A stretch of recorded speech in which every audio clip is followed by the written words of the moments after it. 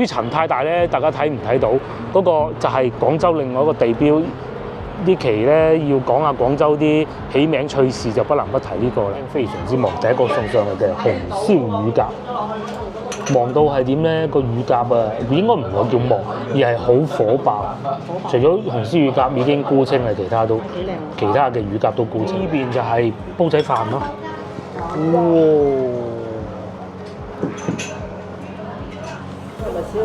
呢個係炒好咗先擺落黃鱔飯。咁台山風味嘅台山嘅做法嚟嘅。呢一個咧就係我哋嘅午餐啦。咁有啲炒麵啦，炒麵係喺邊度買㗎？我都唔記得啦。壽桃嚟㗎嘛。壽桃喺永旺買嘅，好似係。壽桃也買。好多嘅。咁另外咧呢個咧就琴日喺吉之島買嘅嗰個烤牛肉串。咁啊整好咗之後咧就係咁樣嘅。青瓜就喺市場買嘅咯。呢個咧就係我哋嘅午餐，簡簡單單，有少少主食，有少少肉，有蔬菜，其實都幾健康嘅咁樣。嚇？睇落去啊。係啊，同埋都唔使花好多功夫咯。5分鐘就煮。係一陣就煮好。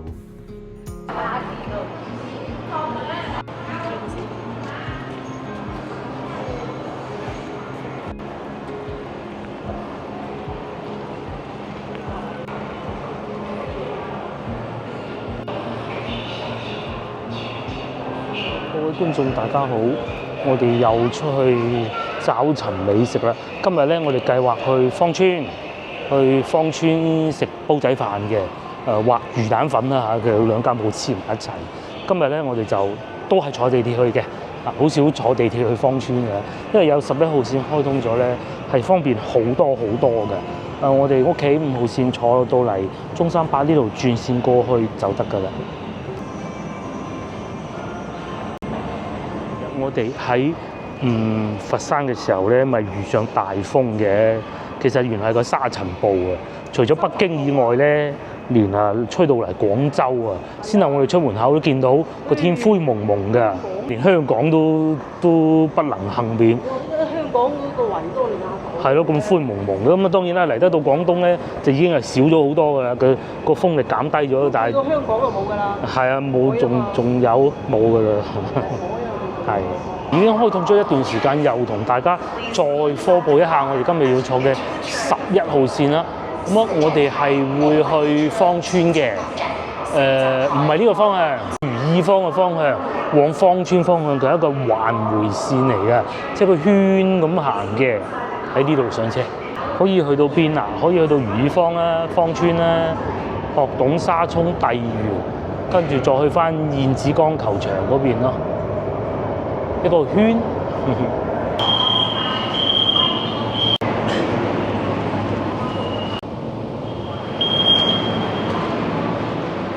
嚟到芳村就哇好光猛啊呢度。咁呢度咧係1號線同埋11號線嘅交換站。我而家呢個所在位置咧就係11號線部分嚟嘅。月台都係傳統呢一種倒式嘅，應該係叫做嚇，就唔係上下層要換嗰種嘅。呢條線係好長嘅，要坐係好多位長，同埋似深圳嗰啲咁樣啊。3號線最慘，又短又多人。3號線就係其實就係中間嗰個站最多人咁嘅，其他嗰啲冇人嘅。6號線卡車短啊，卡車短啊，呢條卡車長咯。呢部車嘅車長啊，所以啊坐起身好舒服，就唔似啊6號線係包冇位，尤其有時我哋會去如意坊轉線去探尾道咧，好恐怖㗎。有啲叫牛馬線，3號翻金沙洲嗰條咯，係啊。即係嗰啲人趕住翻工放工，唔坐佢唔得嗰種咯。節假日就大家出嚟吃喝玩樂咯，好靚喎前邊。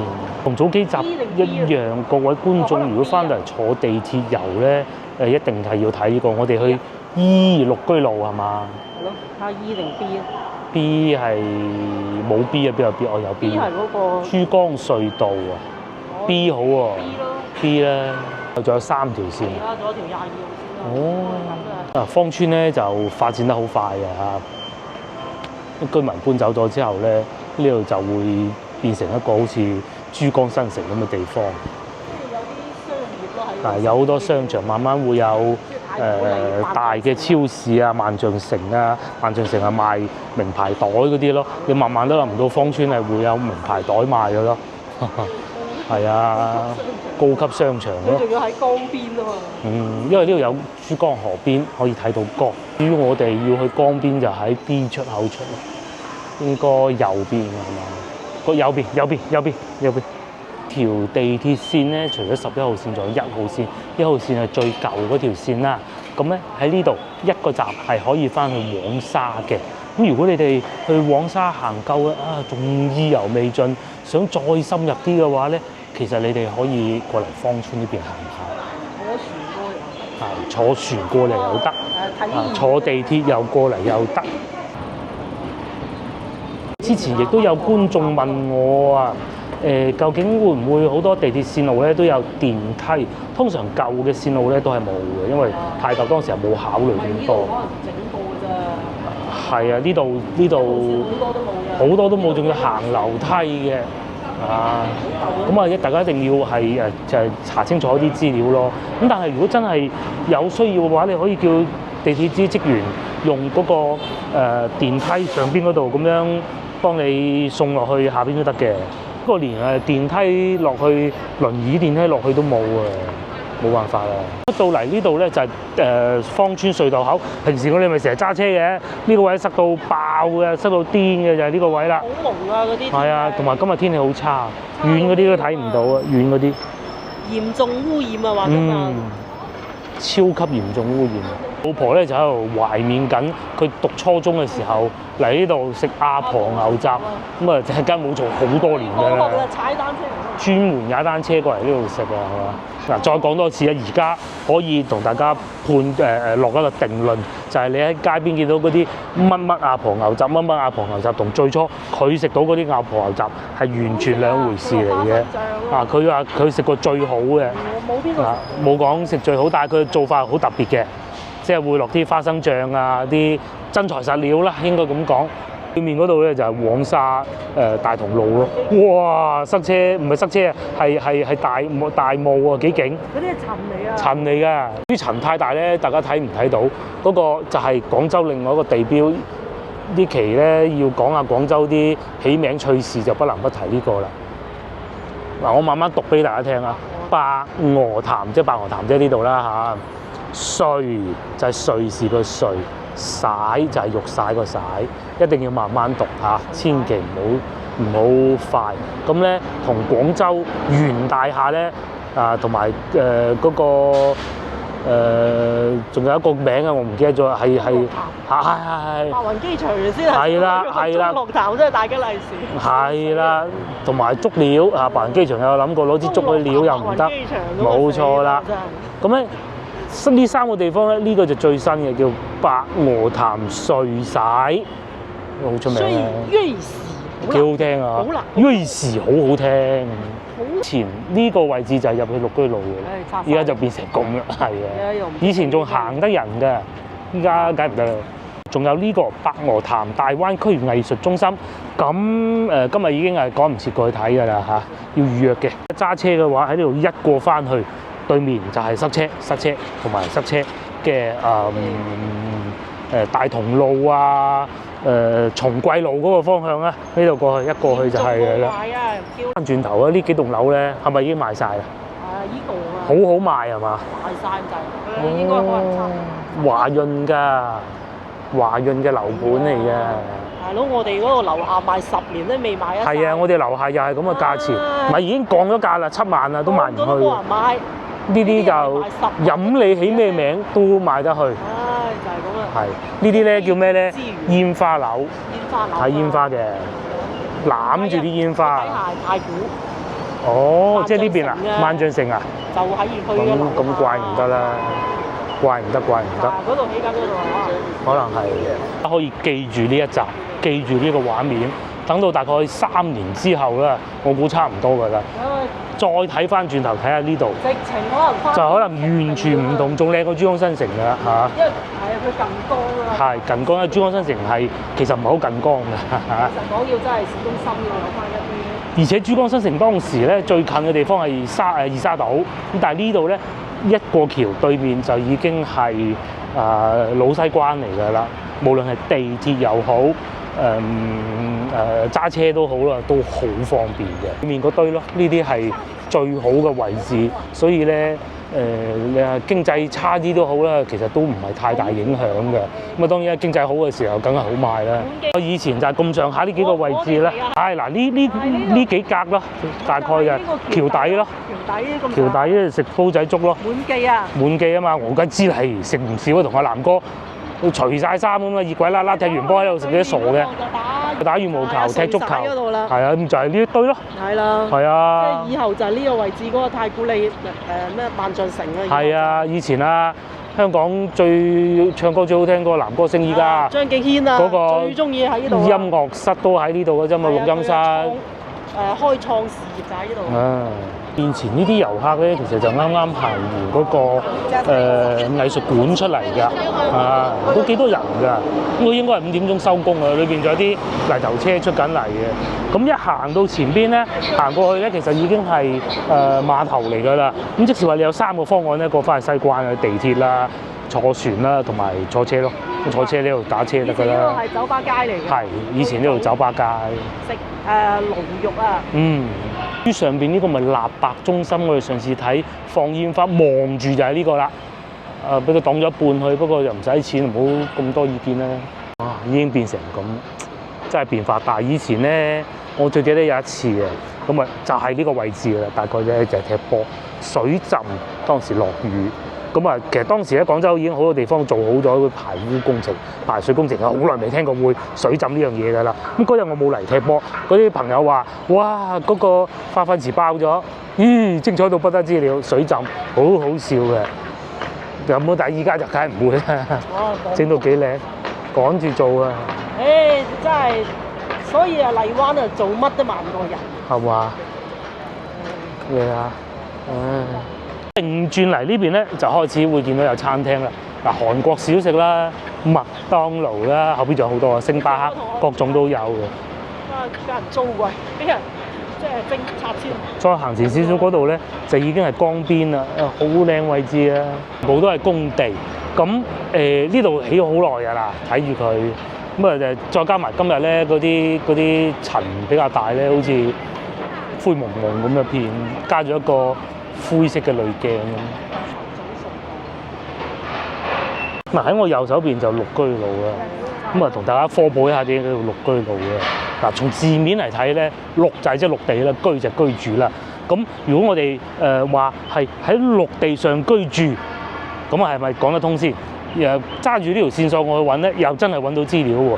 以前因為呢度近珠江河邊啊，咁好多疍家人喺河上邊住。以前喺度賣蕉係嘛？係啊，同埋食艇仔粥啊。食艇仔粥，咁啊艇仔粥就要喺河上邊，你唔會喺白雲山。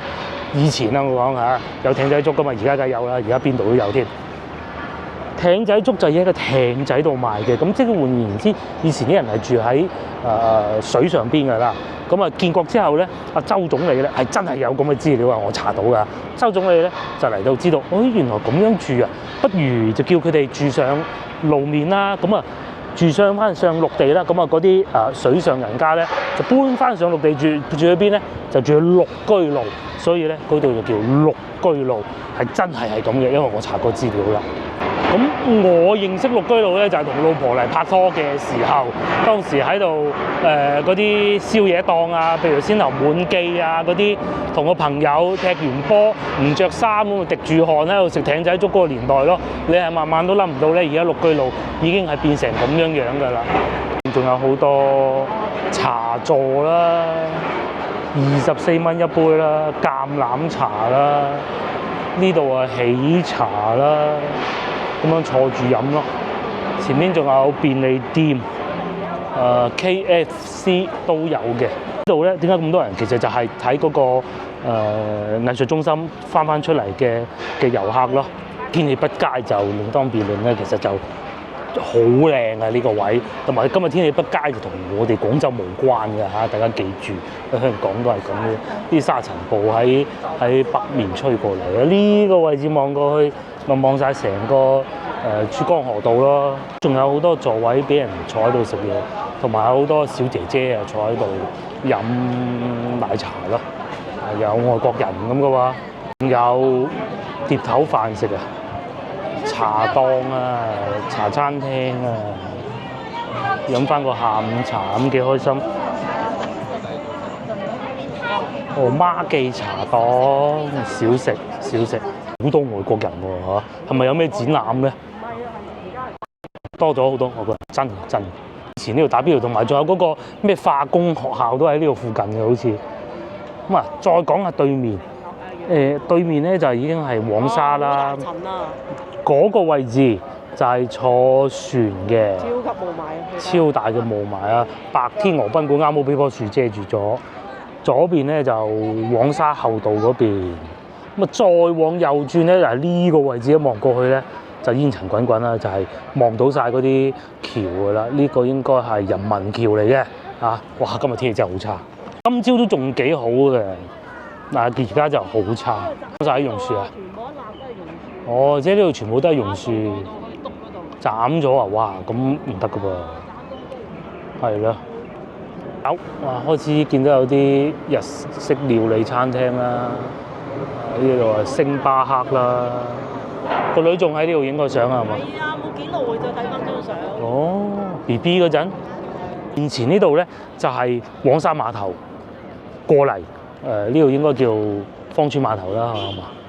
落船之後唔記得係咪叫芳村，應該係叫芳村碼頭。綠居路碼頭咁咯，真係諗唔到綠居路變成咁啊！變咗一個大嘅藝術館咯。到時候暑假的時候。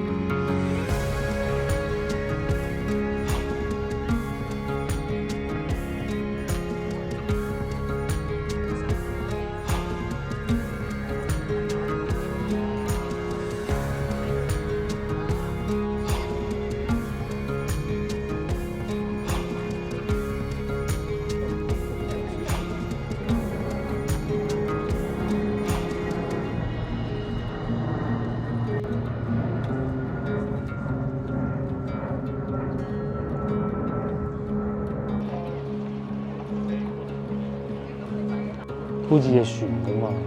佢最初嘅諗法就係好似一條船咁噶嘛，好似最初話唔係諗住嚟做藝術中心，係某房地產商嘅地。後尾某房地產商實在冇辦法交翻俾市政府，咁啊不過呢啲都係道聽途說嘅啫嚇，冇官方任何背書話係嘅。咁啊聽完就算啦，係嘛？咁啊搞個藝術中心都唔係一件壞事嚟嘅。起碼有啲休憩嘅活動嘅地場所俾市民啊睇下，或者有啲表演啊。以前仲舒服啦。以前酒吧街咪喺度打邊爐啊，咪就坐喺呢啲大概呢幾個位置咁咪喺度打煲咯。係啊，食驢肉、羊肉咁。羊肉、羊腩煲啊喺度食。羊腩煲咁咯，依家就變咗咁樣。時代進步係要咁噶啦，冇辦法㗎，係咪先？仲紮邊咩係嘛？我同學間屋都拆鬼咗啦，喺江邊。係啦，一波嘅朋友唔知幾耐冇聯繫啦。哦，佢啲保安哥哥係咁樣嚟執勤㗎，靠對腳行真係死得咧，尤其到夏天行幾轉啊要換人啊。咁啊，而且有人阿婆婆跌低咗，咁你跑過去就跑唔掂㗎嘛。有呢個機咪好咯。睇煙花啫。係呢個位要預約㗎，睇煙花，但係呢個位置係攬住啲煙花㗎咯喎。係啊，我哋係嘛？就喺前邊呢度放嘅啫喎，你仲有隻雀企喺嗰度等。有冇同你睇過？有睇過，個女啱出世嗰陣啊嘛。係啦，啱出世又睇過。以前我同啲同學啊，成日睇啊，每年都。以前唔使預約㗎嘛。係啊，唔使預約啊，跟住佢就喺你個頭頂嗰度放，唔使預約。我高個頭瞓咗喺度睇都得。跌落個頭咯，煙花。哇！呢度啊最勁啊，嗰啲霧霾啊！咩都望唔到咁滯。呢個係沙塵暴嚟。沙塵暴啊！所以佢斬咗好。啊，樹少咗好多，到熱天冇咁多人嘅，地下都熱啊，點坐啊？整啲遮咯。啊，整啲雨遮喺度遮住下咁都得。但係撐咗幾個咖啡店。再多啲咖啡店好。咁我哋去門口睇一睇，望一望，入就唔入㗎啦，都過咗入去嘅時間，要預約㗎。去門口望兩眼，呢度就係入口喎，仲有。徐悲鴻啊，呢個應該畫馬㗎係嘛？係啊，徐悲鴻誕辰，跟住要俾錢喎呢個。哦，要預約嘅係要預約嘅。好鬼煩啊！係停止派票啦，5點鐘閉館啊！ 5點閉館啊，而家幾點啊？而家5點10分、16分，閉咗館。閉咗館啦，啲客人出嚟鐘啦，全部擺晒喺度咯，嗰啲水，好少少嗰邊係嗰啲。有機會可以睇下徐悲鴻呢個展覽畫展啊，佢畫馬係最好嘅。潮嘅喎，畫係到。啊，有個小朋友唔着衫咯，不過唔着褲啦唔全裸啊，不過係啊畫面唔好拍到啦。 130幾年嗰個仲比而家開放。仲夠膽。係咯，而家要打碼㗎啦。係啊，我而家都打咗碼啦。唉全部都係高樓大廈，仲起緊，唔知有幾高。以後芳村就唔係芳村。我哋去食嘢啦，好嘛？我哋去食煲仔飯或魚蛋粉咯，去食煲仔飯。希望個煲仔飯唔好一般再搬啦。仲有以前綠居路咧就有好多美食嘅，咁咧其中一個阿婆牛就啱先講過啦，就冇咗啦。咁啊煲仔飯咧就仲喺度，我哋食過煲仔飯，當時個煲仔飯仲喺呢度嘅時候，場又冇咗啦，踢足球咁啊仲有一個食糖水叫咩名唔記得咗啦，都仲喺度，不過就唔喺呢個地方做生意啊，搬咗去隔離，同埋落雨喎。喂，呢個監測數據仲顯示，哇嚴重啊！佢個天氣係嗰個監測站係廣州市第5中學㗎，嗰度原來有監測站，有晒數據嘅，啲樹仲保留啊。係啊，我哋嗰時咪喺度食煲仔飯咯。我唔記得啦。煲仔飯呢度都有㗎，你唔記得咗啦？應該係啩？咁啊就係嗰個搬咗入去啫嘛。我淨係記得個橋底嗰度就係滿記啫，或者等陣唔落雨我哋去滿記行下都得㗎。煲仔飯。樹頭雞煲其實咧個名就係嚟自芳村㗎啦，嗰個榕樹頭嘅頭就喺芳村，就係個榕樹頭就喺嗰度啦。係啊，咁我哋就出現咗好多榕樹頭雞煲咧，其實個名都係嚟自芳村。其實咧，廣州好多美食啊，嚟自2個地方，第一個芳村，第二個就係西關。係啊，最主要係嗰啲出名嘅，芳村係嗰啲好細嘅啲。係。大嘅全部喺晒荔灣區啊！咁梗係㗎啦，梗係㗎啦，即係你唔會諗到車陂牛雜咁啊，車陂牛雜好好食啊咁，唔會咁。全部喺晒嗰度。係大嗰啲都喺西關嘅，呢個就毫無疑問嘅。平民美食喺呢度，譬如我哋等陣去食個煲仔飯啊咁咯。同埋而家都仲有一檔牛雜都唔錯嘅，喺嗰個咪叫花雷路啊？我唔記得啦，都係嗰邊咁嘅定時定候出嚟開檔咁咯，老闆娘。呢度呢啲屋仲未搬得晒喎，仲有人住喎，係嘛？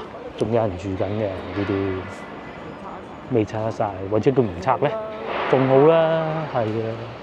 最好啊，整翻啲美食街啊！係，芳村係需要美食街嘅，邊有舊建築係咪？哦，見到啦，我都。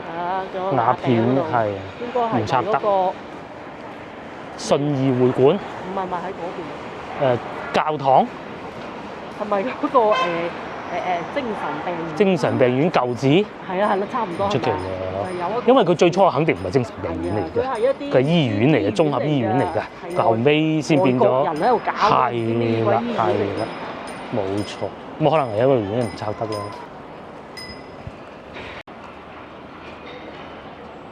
你睇下，就係拆正佢嘅啫噃。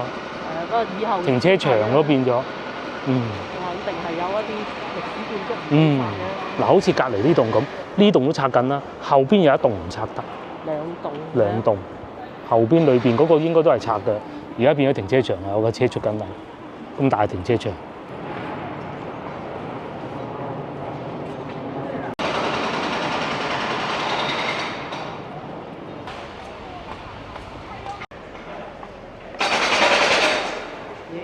附屬腦科醫院啊，但係因為依間醫院啊，搞到芳村，即係成日都啲人又話，唉，芳村精神病院。就係佢。我哋依家咧就入去市場行一行，望一望，睇一睇，有嘢啱買唔買。咁其實都冇咩嘢買嘅，屋企都有不少。想買幾條菜，蔬菜買幾條咯。咁然之後咧就去食煲仔飯。咁喺呢度行入去咧就係嗱，聽到精神衛生學院。應該宿舍嚟嘅，精神衛生學院宿舍嚟嘅。但係佢嗰個腦科醫院係即係都好出名㗎。係好出名嘅，醫術都幾精湛啊，專業冇錯。至於我哋要去嘅市場就喺呢度行去咯，中市市場係好出名嘅又係，好話肥姨嗰啲粽香，係啊，好耐未食過啦，好香啊！佢啲粽就喺呢度賣㗎啦。你哋如果買粽，你就入到嚟呢度啊，2蚊一隻啊，好鬼好食。2蚊定2蚊半啊？2蚊。10蚊4隻。10蚊4隻，2蚊半。係，如果甜嘅就2蚊。好好食啊！嗱，就喺嗰度啦，睇唔睇到？肥姨總店嘅佢幾個字？肥姨總店。即係食過好多種啦。攞唔到咁多。拎唔到啊！下次先啦，今日冇開車。3隻。應該唔得咯。得㗎。你問阿姨啊，佢嘅工場就喺呢度。4份1隻蛋黃，10蚊4隻嗰啲嘅就。要買冇揸車都要買啦。阿叔叔好開心，真係最好嘅，我哋食過。呢個可以講啊，喺食方面啊，我哋好少講最好呢2個字嘅嚇，最多可能會加啲定語落去，咩上下九最好啊，荔灣居最好啊嗰啲。但係至於粽咧，我哋食過啦，就喺呢度最好，仲要咁平喎，10蚊4隻，嗰下得人驚啊嘛。有機會大家真係一定要試下，不過就難行啲咧啲路啊，往前行就已經係市場噶啦噃，咁啊買幾條菜就行啦。係，可能都買啲。係買幾條菜啊。不過要攞喎。以前綠居路就係咁噶啦，差唔多咁上下樣啦嚇，即係好舊嘅，有啲舊屋嘅，啲平房嘅咁咯。咁點解嗰個綠居路會燒魚檔特別多？其實個原因就係因為佢近江邊。咁好多人梗係近江邊舒服㗎啦。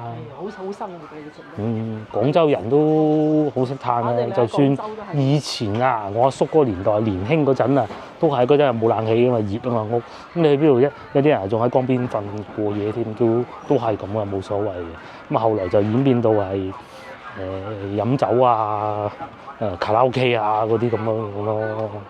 咁而家就變咗大商場，呢度就係流動商販臨時疏導區，啲燒臘都買得過，啲菜又平，仲有豆腐花賣添，2蚊半，佢嗰個2蚊。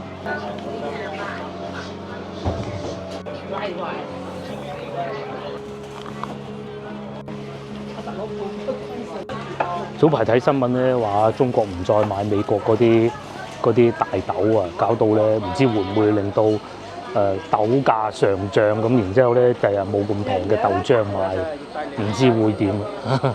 而家真係好平，仲有咧呢個已經係唔算最平啦。我哋買過2蚊2杯都試過買過喺南沙。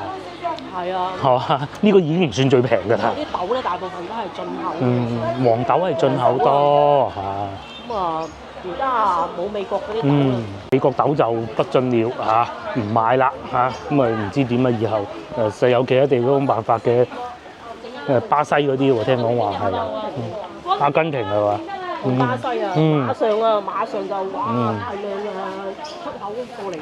係賣多啲咁咪正常啦嚇。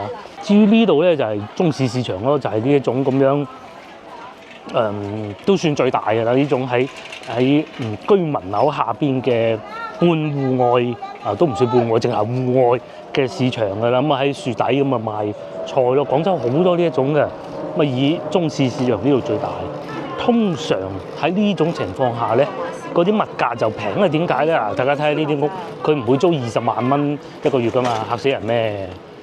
咁佢嘅物價咪平咯，可能都幾千蚊，甚至乎間屋係自己嘅。係啊，我哋睇社交媒體講啊，北京路嗰啲鋪啊，嗰個沙膽標，即係最靚嗰個位咧，20萬一個月啦。隔離仲誇張，嗰個喜茶60萬一個月啦，月租。其實你喺商場都係好貴租。好貴租啊！不過點解離開商場都有所以商場就冇可能會再賣呢啲嘅。商場只能夠全部連鎖。係啦，連鎖式嗰啲。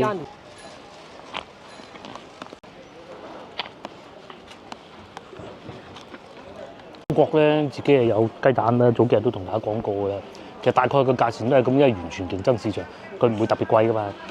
清遠土雞蛋18蚊一板，1蚊，平均一粒1蚊都唔使嘅。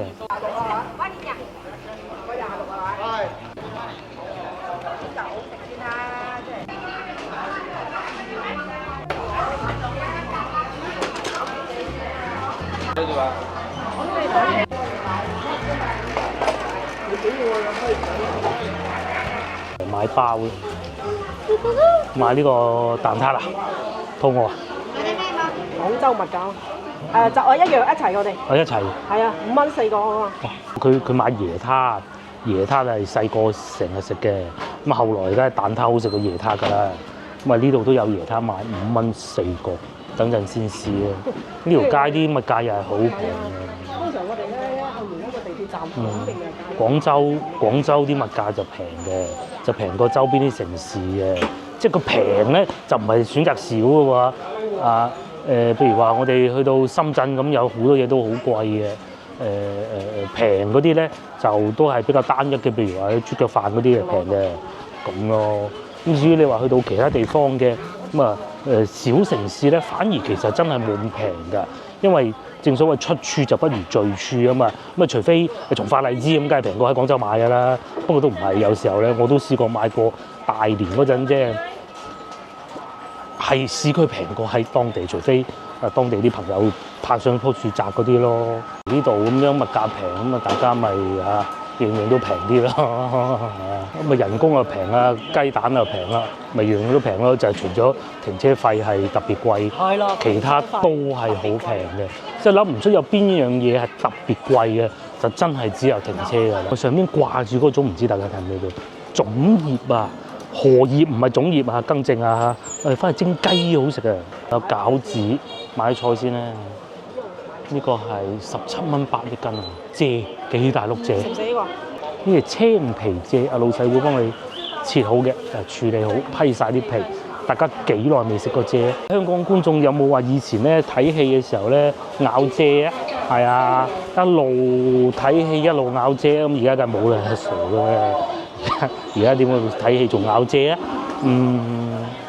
咁啊午夜場咁啊買飛入去睇咯，啱新上畫，約埋個朋友去睇戲咁樣，幾開心嘅。哇！個絲瓜6毫子啊，睇下佢話6毫啊，後邊仲有啲芹菜唔係啊，蘿蔔啊都係6毫啊，真係平啊！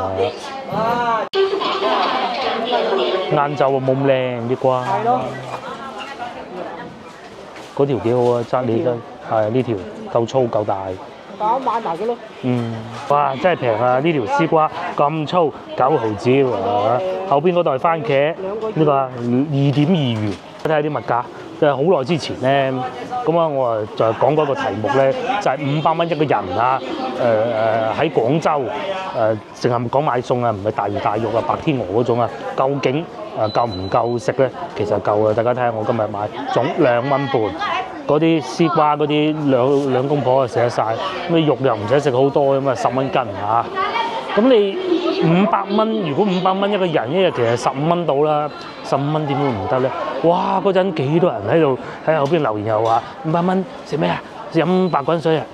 你嚟過先再講啦，係咪？瓜仔1蚊半咁樣，後邊嗰啲番茄幾靚2蚊半，大啲啊4蚊半。你全部買貴都唔得㗎，全部都食啲反季節嘅，梗係貴㗎啦。咩有平亦都有貴啊！嗱，蓮藕咁而家當做1蚊半，呢啲蘿蔔咁你慢慢揀咯，5毫子㗎，500蚊一個月咧，你話全部organic咁梗唔得啦，一個星期都唔得啊，咁計㗎嘛。我講嘅得唔得係咪？係得嘅，我諗其實仲有少少剩添。哦，1蚊一斤添㗎。後尾啊，青瓜個1.3元啊，平時食咯，買啦拎啦，冇所謂嘅。呢邊啊買。我買完啦，不過經過多方考慮都係唔可以食煲仔飯，太遠啦。你食完又行翻過嚟，好似我哋食乳鴿啊，就喺門口嗰度嘅啫。可以肥佬林，不過我哋都食過肥佬林好多次，咁啊算啦嚇。去前邊食乳鴿，第一次試下佢。老林就喺對面，正前方嗰度。買完餸咁啊，我哋去食飯就喺前邊嗰度啦。嗰個鴿皇世家好出名啊！鴿皇世家呢個係其中一個分店，28蚊一隻乳鴿。鱸魚48，哦。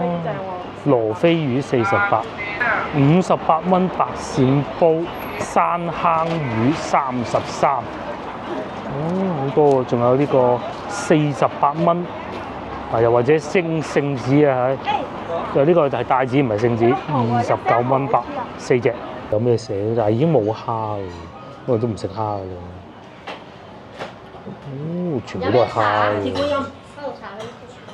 喎。姐煲都有呢個價錢，選擇都多㗎噃，又有排骨啦。又有九肚魚啊，上邊係爽花鱔啦，5柳蛋28，呢個勁啊！呢個係燒骨45蚊一份，梗係食乳鴿啦，必點啊嘛嗱，寫住28蚊一隻，鴿皇世家，仲有青腩16蚊8一位，咁大隻鮑魚。清遠雞，清遠雞55蚊半隻。除此之外，仲有啲辣菜啊，各種啦，咕嚕肉都唔算話太貴。近地鐵站喎，好近嘅喎。餐廳非常之忙，第一個送上嚟嘅紅燒乳鴿，忙到係點咧？個乳鴿啊，應該唔係叫忙，而係好火爆。除咗紅燒乳鴿已經沽清啦，其他嘅乳鴿都沽清啦。係啊。幾靚喎！係啊，你呢隻肥肥地嘅，有啲汁，即係唔係嗰隻乾魚。好怕乾嗰種太乾嘅乳鴿啊！呢個應該唔會啦，都唔係好食嘅，又點會咁多人嚟食咧？我中意佢個皮，嗰個皮唔係好硬嗰種喎，佢皮唔係好硬嗰啲乳鴿，嗰啲唔好。總之係乾同埋硬啊，嗰啲唔好。裏面有少少汁。唔算太多，但有外賣3蚊一隻。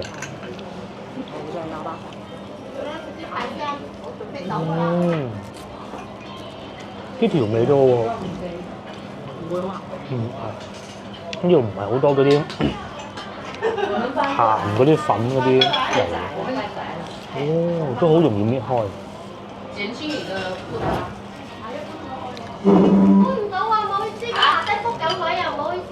佢腳呢個部位呢度咧，好香，好食，真係好食。係咯，我唔中意話炸嘅。好食，都係炸㗎啦。而家邊度仲有燒嘅？有啲炸到乾咗。係，有啲係處理到好乾嘅，佢又唔係。接落嚟咧，呢個都到咗啦。呢個咧就係白鱔嚇，姐白鱔，哇！因為實在太忙啦，佢都冇辦法做到嗰種現場一擺低就噴煙嗰種感覺，但係靚嘅。喺呢邊啊，佢識靚嘅。喂，呢個。至於呢邊就係煲仔飯咯。係咪少嘢燶？呢個係炒好咗先擺落去黃鱔飯，咁台山風味嘅台山嘅做法嚟嘅。呢個好喎。其實係炒咗個餸。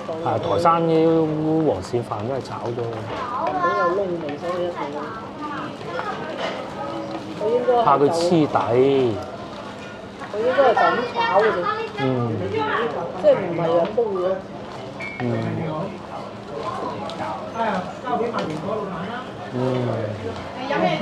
好爆喎呢度。好味。呢個應該整好咗之後唔記得攞上。都冇咁熱啊，已經。擺咗一段時間，可惜。鱔好食啊！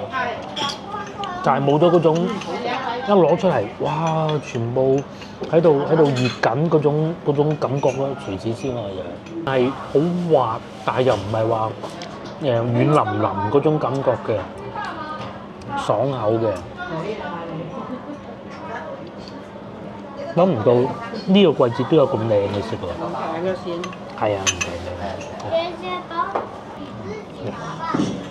佢有落啲蒜頭。油嗰啲。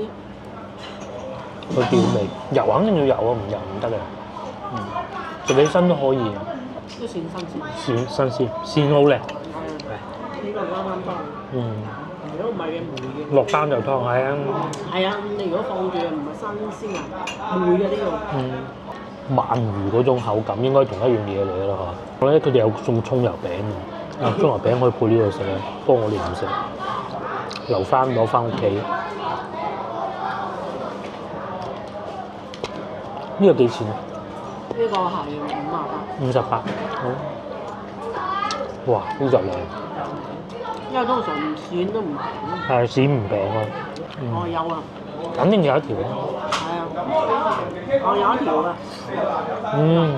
佢有輕輕有啲粉上過去嘅。咁啊抵啦，其實。咁但係咧就唔算話變到好糊嘅感覺。好食啊！呢個。呢個好食。嗱，真係有一條線啊！有。冇咯，賣晒咯，嗰個清淡湯係嘛？賣晒咯。哇！青腩湯特價青腩湯都賣晒，唔錯，真唔錯。係啊。就係攞上嚟遲咗啲啲咁多。唔係，都好熱㗎佢呢。即係冇咗嗰下感覺，其實一樣嘅啫。冇咗喺你面前。因為一揭開嗰種爆炒嗰種感覺咧，你冇嚟即係等落口咁啊，都係要放涼咗嘅嚟食飯。落單。睇下又同啊，我去台山咁肯定唔夠。嗰啲應該台山好啲嘅。唔使睇嘅。有冇理由㗎嘛嚇？又睇下有幾大差距啦。佢呢啲係細條嘅。咁啊，台山我食嗰次咧就55蚊，就一斤黃鱔嘅，呢個45。好似嗰度係村裏邊嘅，啊要開車去嘅咁咯。不過嗰度係真多黃鱔㗎，好多黃鱔。嗰啲鱔係真係冇上次喺台山食到咁多，但係都有嗰種煙燻味，但係咧唔算濃。即係當然，我而家講緊係同最好最正宗嗰啲比啊嚇，我必須要強調。黃鱔咧呢個有少少好似炸過嗰種感覺。呢隻係傻鱔啊？都唔係傻鱔，唔係都係拆嘅。炸傻鱔嗰隻。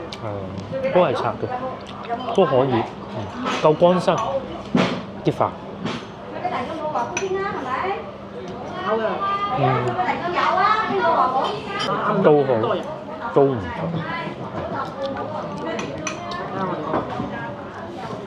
亦都唔會話好油膩、好流嗰種感覺。食煲仔飯好怕嗰種感覺。佢啲服務，有啲個我估應該係重組嘅。2部絲瓜唔要啊！嗱，佢快啲落去。3個啦。老婆對呢個好滿意。 3個都好食，有少少似壽司上邊嗰嚿啊。嗱，鰻魚。係啊。哦，我啊覺得呢個都唔錯，份量都唔少嘅。你如果真係要同台山嗰啲比，咁梗唔得咁嘅，係嘛？啲米都幾乾爽，好接近嗰種，即係個做法係咁樣做嘅，嚇就唔係話阿師傅亂嚟咁，自己靠憑空想像啊咁啊，聽見人哋話咁做，佢係識嘅，嚇咁啊，只不過你成本唔同，地段唔同，你不能夠。係都要即係嗰邊嗰啲黃鱔咁多，呢邊咁少，你唔夠咁講嘅嚇。碗飯咁幾好食啊，唔會太油，真唔會太油。佢唯一唔同咧，佢應該就係電飯煲片度咧，台山嗰啲咧一煲咁煮，係。咁然之後咧再拔翻出嚟。據說就有飯焦。最好嘅咧就係先攞個瓦煲煮好先，拔起身再攞去炒黃鱔，再擺翻落瓦煲焗咁嘅。所以有嗰種煙燻味。呢度咧就飯焦啊嗰種好細粒脆嘅感覺都係有。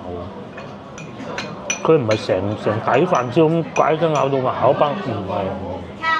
有黃鱔好嗰種咧就係原煲上，呢種咧就係煮好個飯攞去炒過就有呢種效果。最初老婆建議嚟呢度，我想嚟好耐嘅。我覺得好係純粹係因為近嘅啫，我唔知道佢咁火爆，咁好食嘅。佢門口已經有等位，而家係7點15分嘅啫。上邊咧其他都好食喎。係啊，估佢唔到啊。係啊，最終我哋埋單140蚊，真係好可以一試。係啊。真係可以啊！試係嗰啲海鮮類啊，啲魚啊，佢新鮮。新鮮啊嘛！就喺市場。你一新鮮就好噶啦，冇就唔賣。係啊，冇就唔賣。佢唔係雪櫃咁樣。好笑啊！即係嗰個部長話市場都冇貨啦，都冇貨啦，叫人即刻入去市場攞都冇啦，咁啊冇計啦。我哋咧就講下交通路線。第一個咧，你如果喺呢度坐巴士，我就唔係好推薦噶啦。你要如果翻去沙面咁樣喺前面一路行，就係芳村站噶啦，好方便嘅。咁如果咧喺對面嗰條路，即係嗰個方向就過去翻去荔灣區啊，喺呢條路咁樣一路行喺呢度落去咧，洲頭咀隧道，咁一個咧就海珠區，又係好方便嘅。前芳村食宵夜一條街，咁啊其實都唔會話變差嘅。但係而家嗰啲唔得啊！嗰啲就唔好啦。辣菜辣嗰啲，粥嗰啲啊，係啊。嗰啲咩湘菜嗰啲，係啊，小龍蝦嗰啲咯。係啊。你不如就呢間。係啦，又或者呢個。呢度有兩間，一間肥佬冧仔，一間就係魚夾王。力推。係啊，就係呢兩間。咁啊天氣凍就肥佬冧，因為肥佬冧可以打煲。打煲。係啊，就喺個台面打煲。加翻嚟呢度食咧，一定要人多，早啲攞個位。下邊有1樓，我哋先頭坐2樓嘅，都好好。地鐵咧又近喎，佢行10零分鐘，前邊咧往右轉就係沃麥沃爾瑪，咁啊又有大商場啦。咁但係至於酒店咧，呢邊就確實就不多啊，就唔好考啊，遲啲有啊，係啊。有間好高級嘅話。好高級㗎係嘛？喺白天鵝對面啊。哦。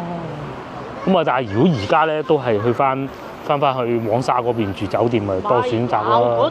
另外仲有一個喺呢度11號線係可以去得到西華路嘅，即係彩虹橋站係嘛？11號線冇錯啊！我哋嚟都方便咗啊！黃沙又得，西華路又得。係啊，佢係連住咧芳村舊荔灣越秀，跟住過去嗰邊係咩？海珠區。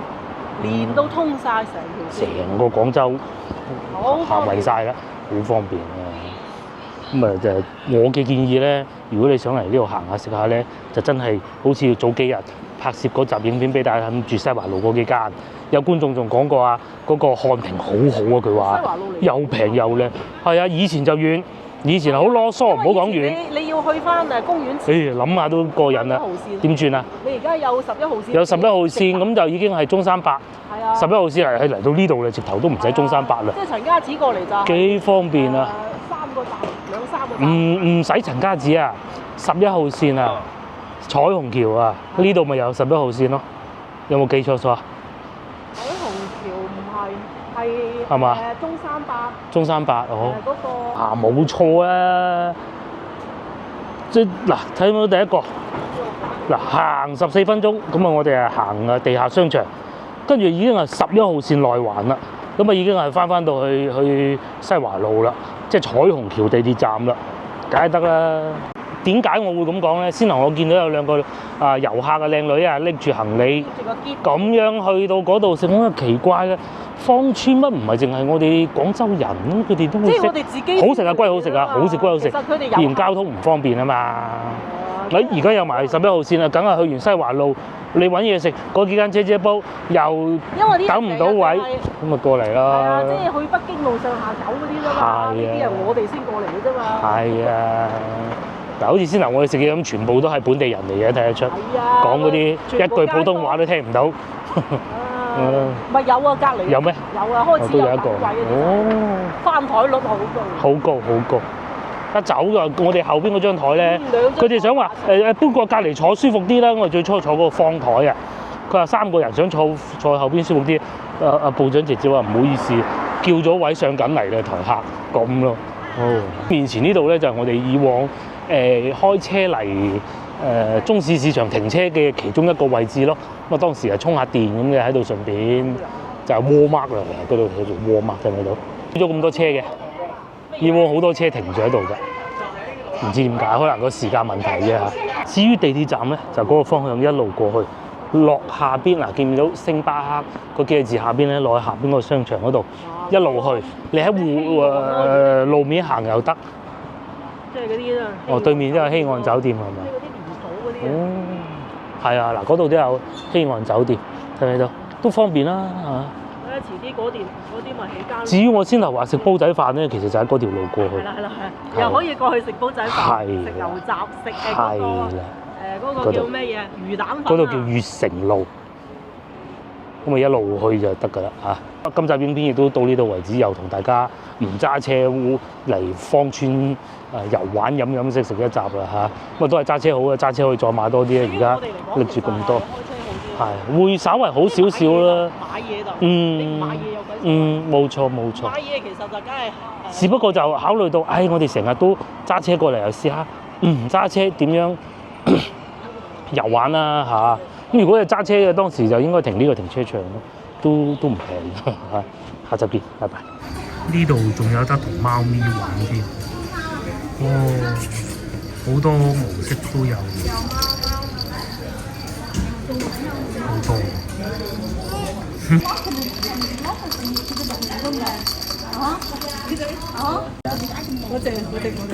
有。有一隻係攣毛嘅嗱，嗰隻。係。攣毛嘛？打佢。上邊仲有兩隻喺度休息緊。呢度仲有一隻美國緬因貓。美國人美國貓。乜鬼啊！好大隻啊佢係。哇！你睇個 size 特別大，但係佢叫起身就好細聲㗎啦。好純嘅啫呢啲。